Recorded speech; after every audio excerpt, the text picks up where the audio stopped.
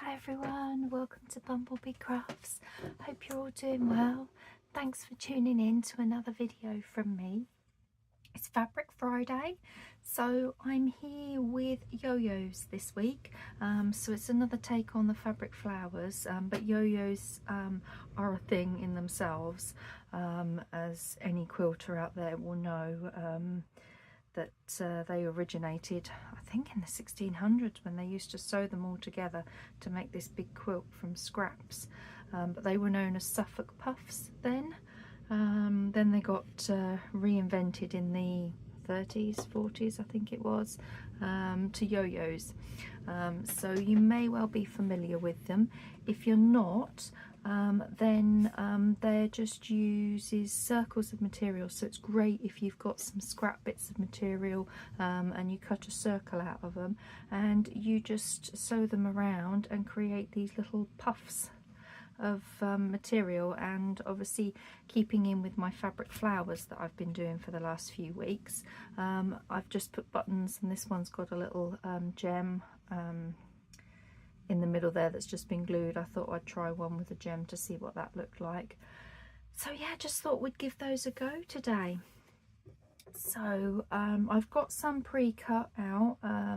These were done on my Sizzix Big Shot, and I've got some templates that I've made. You guys have probably seen these over the last few weeks, but I want to cut some bigger ones out of here. So I'm just going to line this on here and draw around so that I can cut out my circle. Can I get two? Yeah, looks like I can get two out of here. That's good.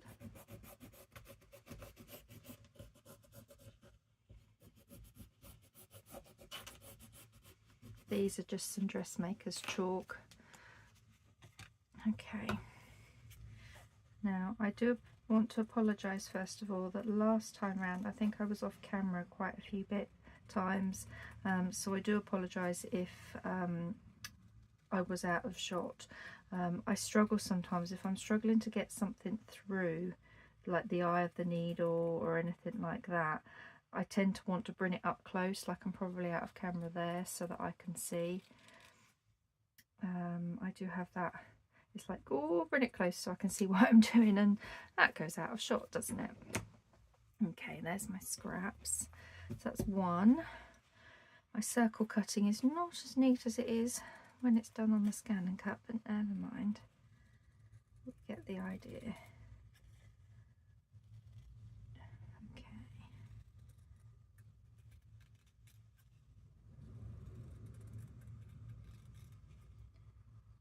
There we go. Two circles. So snip you and you. And snip you and you. So there's some scraps. They go in there. Okay, so let's give it a go. So you will want needle and thread. This is just a standard sewing needle, and I will double up my thread, but this is just everyday sewing cotton. So I'm just going to go off camera so I can see to thread that into the eye. I did zoom it in so you guys could see, but I've got, if I do that with my mat, then as long as I don't come down off of the mat, you should be able to see me. Okay, so have any of you guys made yo-yos or slash Suffolk Puffs before? I'd be interested to know. I know one lady that watches my videos has made them before. Hello Lucy, if you're watching. So yeah, I just want to get a few of these done in today's video. So this video will probably be a quicker little video. And yeah, so I'm just going around, and basically all you're doing is creating a little hem as you go round with the stitch. Now what I tend to do is I don't pull it tight until the end.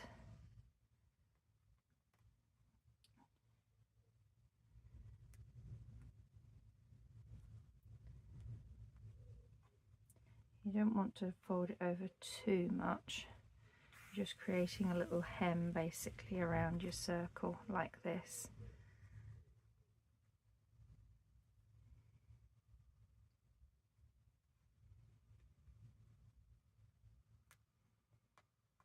Oh, get in there.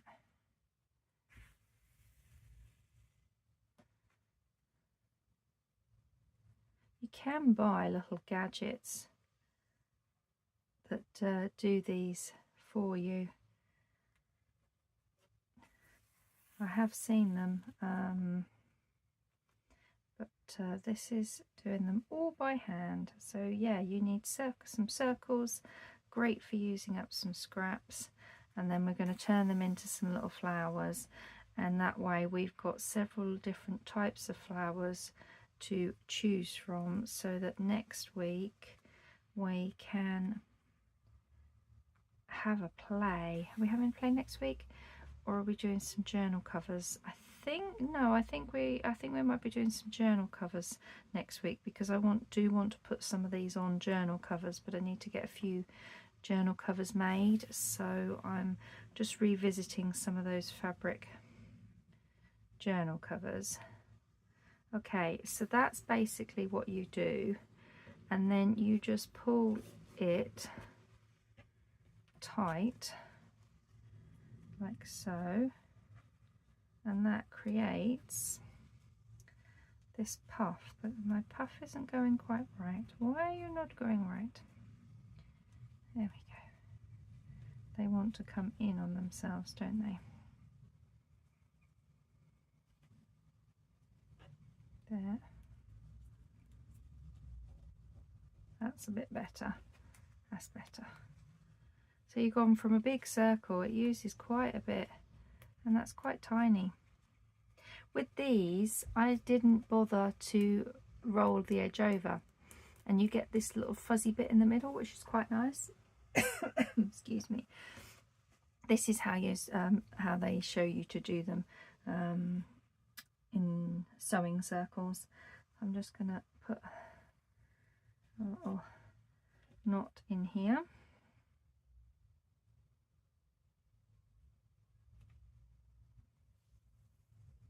Like so, and then that is your little puff of material that side,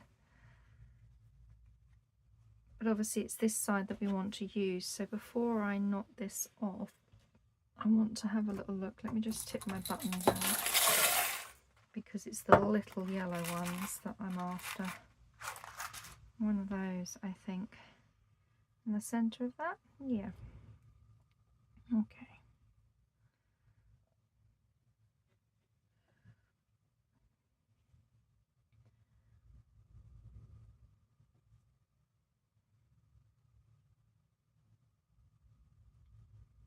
Let's just sew this little button on, and then what are you doing?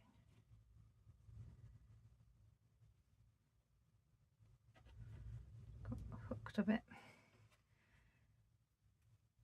There we go.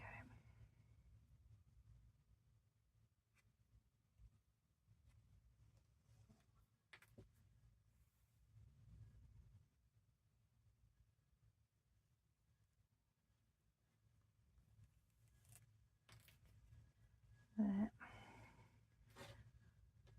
These are, I'm finding these actually more fiddly to do than the fabric flowers, which, oh no, see, I've got that knotted. There we go. Yeah, I don't know what's the matter with me today. I'm struggling to do these. Don't know why. It's been years since I have done them. But there we go, that's a little puff with a little button on it. I think I'm going to go back to the way I did them the other way, with those other ones with the little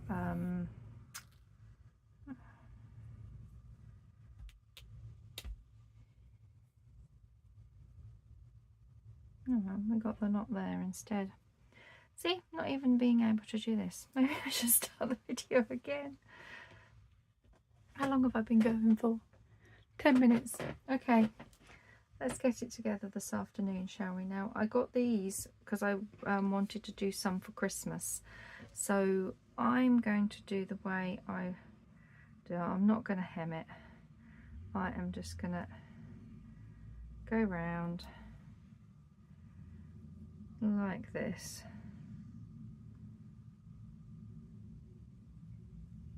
Because they're going to have bits in the centre of them anyway. So it's not going as if it's going to need to be neat in the middle.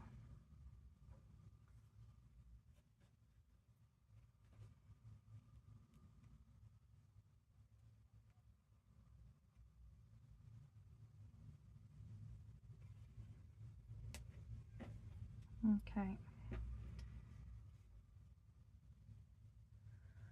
Yeah, this one's coming together much easier, look.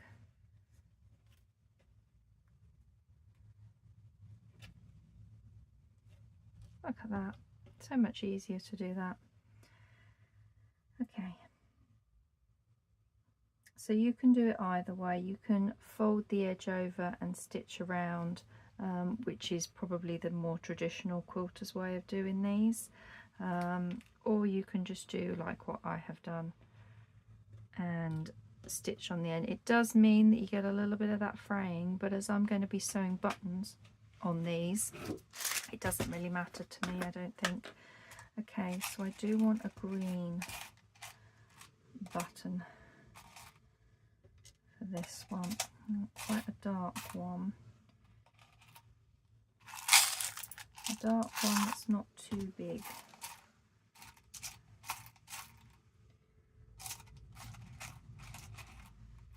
Let's see, that one's slightly small. That one's quite big though, and I didn't want it quite big.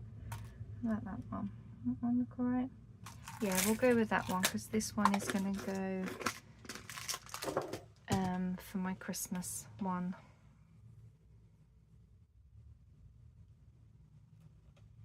Okay.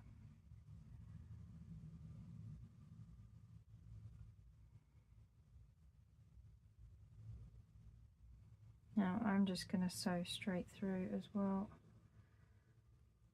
Straight through to the other side.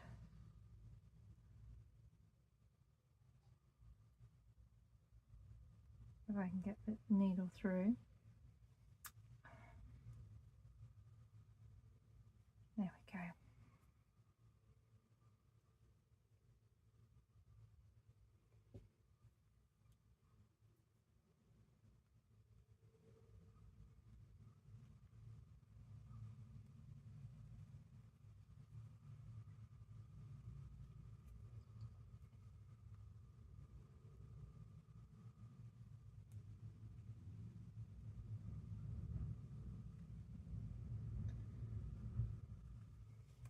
Oops. It's a nice sunny day today, but there is a real breeze, real strong wind out there today. It's cool. It's cool. There we go. And I'm just going to knock that off. It kind of deflates the puff doing it this way, but for me it's just easy. I think my dexterity this afternoon is struggling a bit. Okay. So there we go, that's one little puff that I have just put a button on, and that would be lovely for Christmas, that one. Okay, so I think I'm going to get a bit longer cotton and we'll have another go. Let's see if we can master these. I used to do quite a lot of them when I was at college, because they were just great to occupy me while I was supposed to be listening in lessons. But I don't know what happened to them all, because I certainly haven't used them all over the years. Okay, let's go for a pink one. Shall we try rolling it over? Let's try rolling it over again.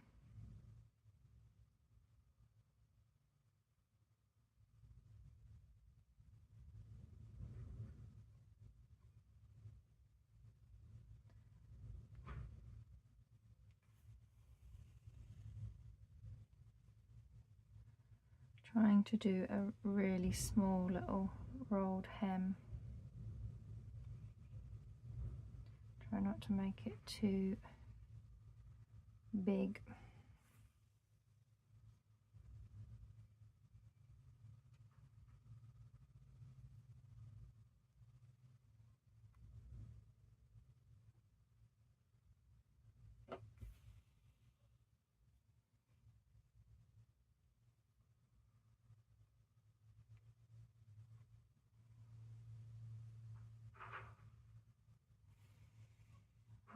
Okay.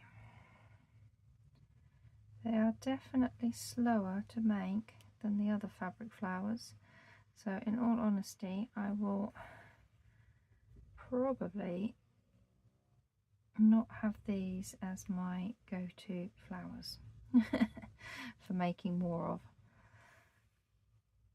I do like them though. I do like how they create this lovely little puff. That is nice.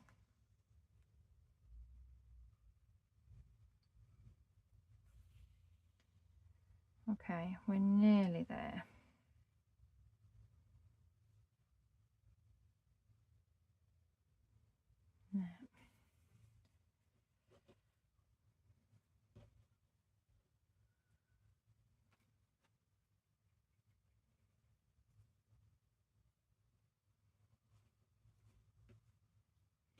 Now, I kind of just tease it slowly, concertina it around a bit. Might create the puff a bit better.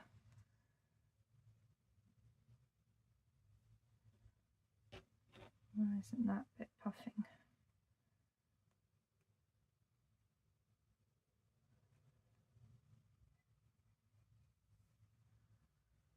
That was the start of it. There we go, that's puffed it now. Yeah. Key is to try and go slow with it, much slower. And then I'm just gonna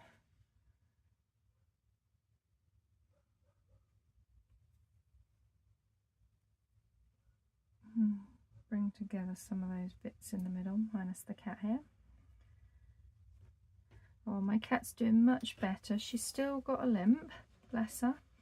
She has still got a limp, but it's not as strong. And we are helping her, like, she's not too bad going up the stairs. She will very slowly just go up our stairs, but we're trying our best to stop her from coming down the stairs, and we'll just carry her down the stairs for now, so that it gives the leg more chance, or her joints more chance to rest. And hubby's built a little ramp as well so that she can climb up the ramp at the side of the bed, but she's got that down to an art. She learnt that quite quickly, to come up, to instead of jumping up onto the bed, she'll use the little ramp at the side, and it does mean that she then has to walk across our pillow or our head, but she usually always does that anyway, bless her. But yeah, she's coming up it, but will she go down it? Oh, she's very stubborn and just wants to jump off the bed, and because that when she jumps off the bed, she then really is limping and holding her paw up. There we go, that's another little puff done. I'm going to have another go at this one, and this time round I'm going to do it this way, because I struggled with that last one. So let's just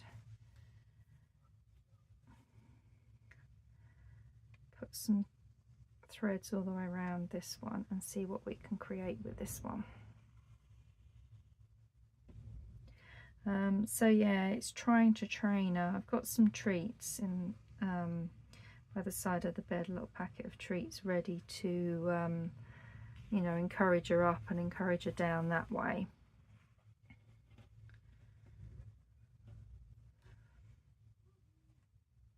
So she's got where are we? She's got, I think she's got 2 or 3 more days worth of medication to take, and then she should start to be improving.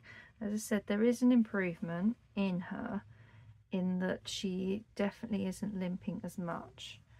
Now as I pull that in, that's gone better. Look at that, that's about the best one. Okay, so there is a technique to it, and I am not doing as they show you to do by folding that over and doing your stitching all around. I just find that too difficult, far too difficult. So I'm just going round, as you see, stitching directly in it like that all the way round, and then concertinaing it up. Yeah, that's much better.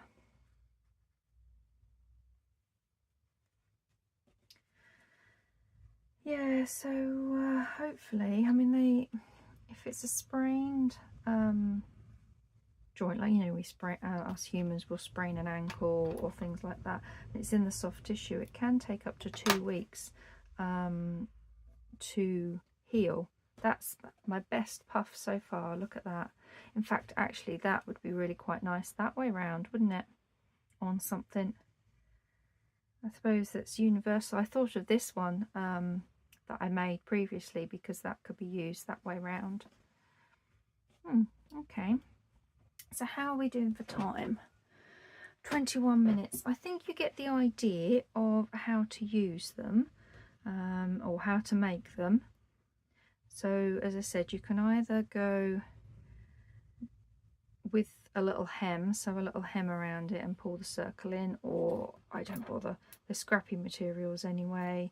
It's junk journaling that I'm using these for mostly, so yeah.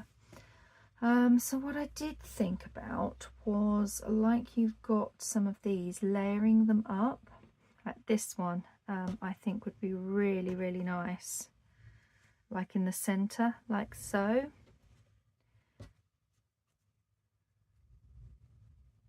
That's going to make it quite puffy though, isn't it? You'd have to use the hot glue gun to set that down.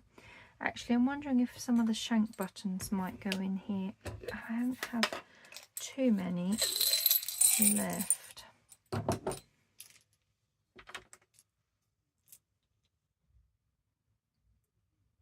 Because you've got a bit of a hole that they could push into. I don't like the shininess on that one. I like a little black one. No. Okay.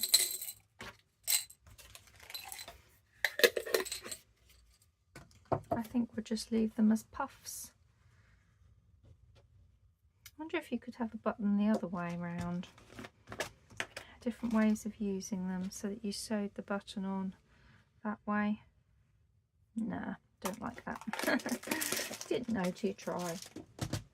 But again, I would use these definitely to decorate things up with. Definitely. That one's quite... Oh, how about that one in there? I do like these on here actually. I think I am. I won't do that now because that means getting my hot glue gun out, because I think the hot glue gun would work better, because it would adhere, it would be quicker and set quicker, and I can really squash it down and it would hold straight away. But I'm going to do that. I'm going to put those two on them. And then just carry on and do the rest of these. So it's a shorter little video today. Just wanted to come on and do one more technique before we then have a play with all the different types of flowers that we've done. Now, by no means that's the end of fabric flowers, because I have found several more other ways to make flowers, but we're going to save that for a couple of months' time. I think I've exhausted fabric flowers for the moment. We'll move on to using them to decorate. As I said, I want to do some more journal covers, because I think a little cluster of these in the bottom of a journal on the cover would be really quite nice and stuff. So I want to look to make maybe some journal toppers, things like that with these, so you get an idea of how to actually use them. So that's going to be coming up during June. And yeah, we'll just carry on coming up with new ideas and playing around with our fabric stash. So thank you very much for watching the shorter video from me today. I hope you will give these a go. Find your technique, which one works best for you, whether you're just going to go straight in and pull it round, or whether you actually do want to do like the quilters do and put a little lip round it. It's entirely up to you. I think they work either way. Obviously it's neater without, because you get the fluffiness, but I quite like the fluffiness actually. I think it looks quite nice in the centre, because a lot of flowers are all fuzzy in the middle of them anyway. But there we go, that's yo-yos, and that's it for this video. Take care everyone, happy crafting, and see you in my next one. Bye.